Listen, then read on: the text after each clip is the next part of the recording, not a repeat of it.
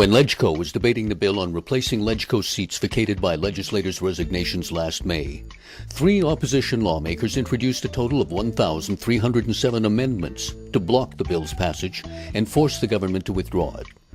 As a result, the debate was aborted several times due to insufficient quorum. It dragged on for more than a month until Council President Jasper Tsang used his power to curtail the debate.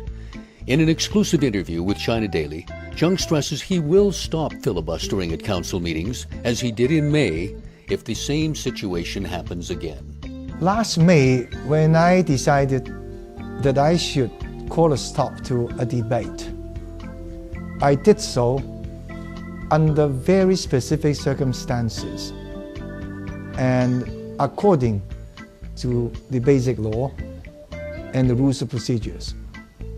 Now, of course, the powers and responsibilities the basic law gives me, they are there. If the rules of procedures are not changed, then if exactly the same circumstances happen again, which I hope not, but if the same circumstances happen again, then the rules are the same, circumstances are the same, then I have no other choice but to do exactly the same thing as I did last time. So that's as simple as that. The opposition camp will use the same tactic to delay or defeat government proposals when it's not happy with them. But Tsang emphasizes, I conduct the meetings in strict accordance with the rules of procedure. Members of the council can do whatever the rules allow them to do, and they choose to do. But that's that. Tsang said since the rules of procedure do not allow him to judge the amendments as a whole, he has to consider each amendment on its own merit. If the rules of procedure are not changed, he has to allow amendments relevant to the debate. 2 methods are being used by foreign parliaments. We found that in parliaments elsewhere, there are 2 ways to stop filibustering. The first is by way of a closure motion. A member moves a motion that the debate shall stop at once and the question be put to vote. The closure motion may require perhaps a larger majority than usual to be passed. Another way to stop filibustering is the so-called guillotine. Before the meeting, members agree on a certain length of time for each particular item on the agenda.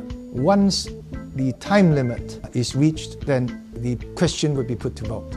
So it is for members to decide whether we should adopt any one of these procedures. The central government has agreed to allow Hong Kong to elect its next chief executive by universal suffrage in 2017, and the same for legislators in 2020.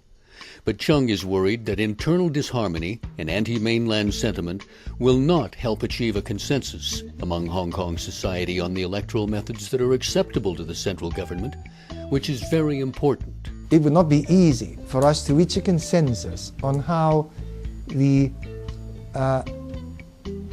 chief executive should be elected in 2017, even if it is by universal suffrage.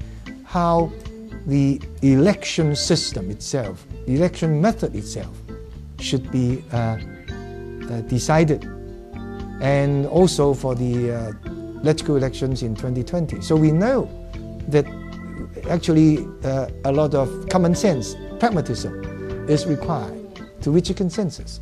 So in fact, the crucial question is whether we can arrive at a consensus, whether we can work out a method of election acceptable to people in Hong Kong, to various political camps in Hong Kong, and also will be accepted by the central government. So this is the most important thing.